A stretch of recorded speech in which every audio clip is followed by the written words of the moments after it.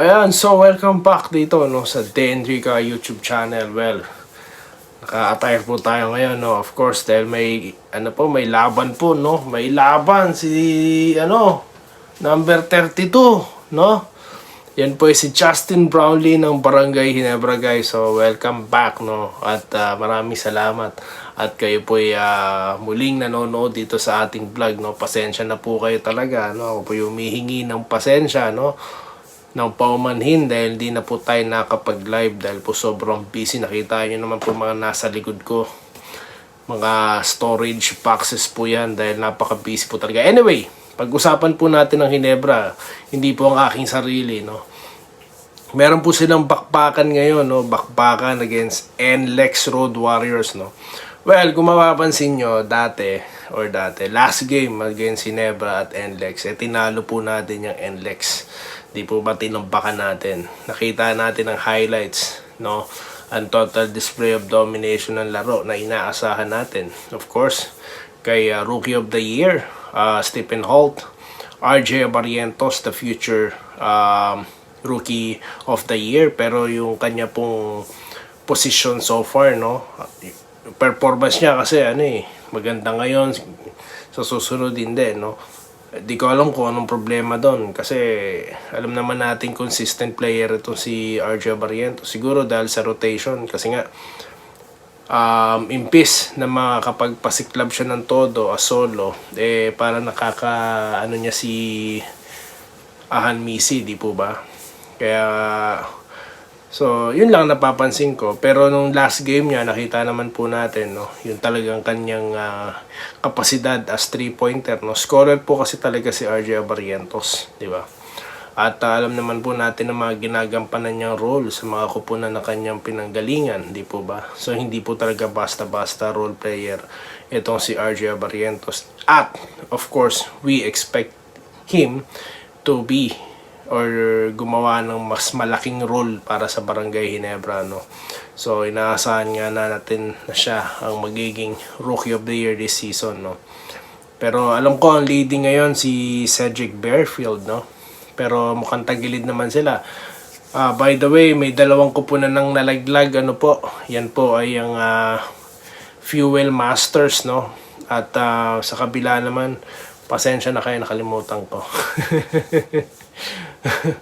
Pero Terafima po ba yung sa kabila? Kasi naman yung kupunan na yun, kung tutusin, malakas naman talaga yun Mahina lang dun yung coaching. Sa totoo lang no, real talk tayo. Meron kang Stanley Pringle, meron kang Stan Hardinger, tapos natatalo ka. Yung pagkapanalo po nila against San Miguel, isa glimpse po na talagang po sila, maganda po yung lineup nila no. Baka po pwedeng mahirap naman po sabihin pinatatanggal sa trabaho whatsoever no, pero yun lang po napapansin natin no. So anyway, Barangay Ginebra po tayo. Mamaya po may laban po, at yan na nga ang inaasahan natin. Of course panalo, di ba? Sana lang maging consistent no, yung ating mga inaasahang players. Dapat naman po talaga consistent, kasi kung hindi po consistent, wala pong mangyayari sa kampanya natin this season no. Bagamat napansin ko sa laban na yun, bukas na bukas po yung ilalim. Talaga pong kailangan po natin ng ng big. Kaya nga po napapabalita no, malakas ang ugong-ugong na ito nga pong si Troy Rosario ay kukunin ng Barangay Ginebra. Well, di naman po di naman po imposible yan no. Kaya nga po ang dami ng mga nagko-comment na no, mga vloggers, pero yun na nga, tulad sinabi natin, hindi po talaga yan imposible. Pero sana man lang no, magkaroon ng tinatawag na na hindi lang basta siya na-hire ng Ginebra through free agency no. Maganda, parang katulad sa NBA na may makukuha din yung Blackwater. Kawawa naman yung team na yun no. Promising pa naman no, dahil nasa kanila si Bearfield no, at si ganon. sabi ng mga tag dito sa NBA daw may mga comparison pwede mag-celebrate sa Pilipinas daw wala pa raw narating, nagyayabang na. Well, syempre, naasar kami. Talo kami. Talo Hinebra, gaganon siya. Di mo ba? Bad trip yun eh. Dapat tayo lang nangasar. Bias na bias. Talagang bias po talaga tayo nito kasi Hinebra tayo. Di po ba? So, yun na nga. Well, na-miss ko po talaga yung paggawa ng ganitong content. To. At of course, na-miss ko rin po yung ating pagla-live, no? Dahil nandiyan po nakakasama po natin ng mga talagang may init na sa pagtanggap ng Barangay Hinebra fans, no?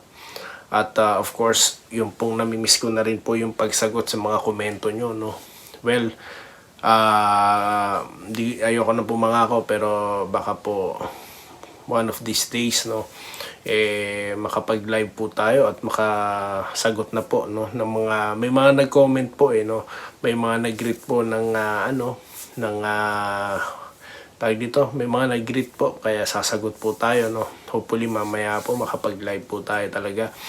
Basta hindi na po tayo busy, no. Pag nakita nyo pong wala na rito yung mga storage na, ibig sabihin hindi na po busy. Di po ba? So yun po.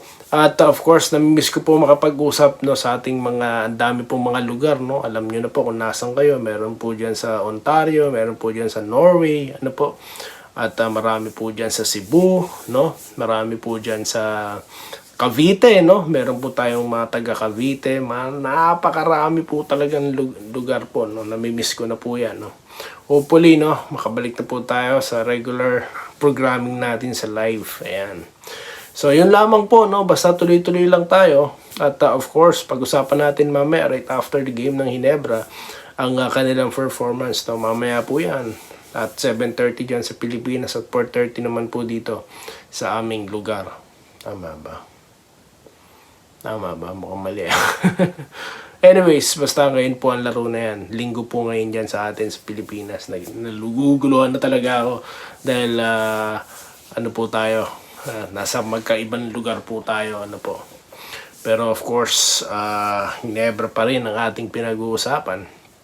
At yun na nga po. At asahan po natin dyan ay itong si Johnny Abarientos, no.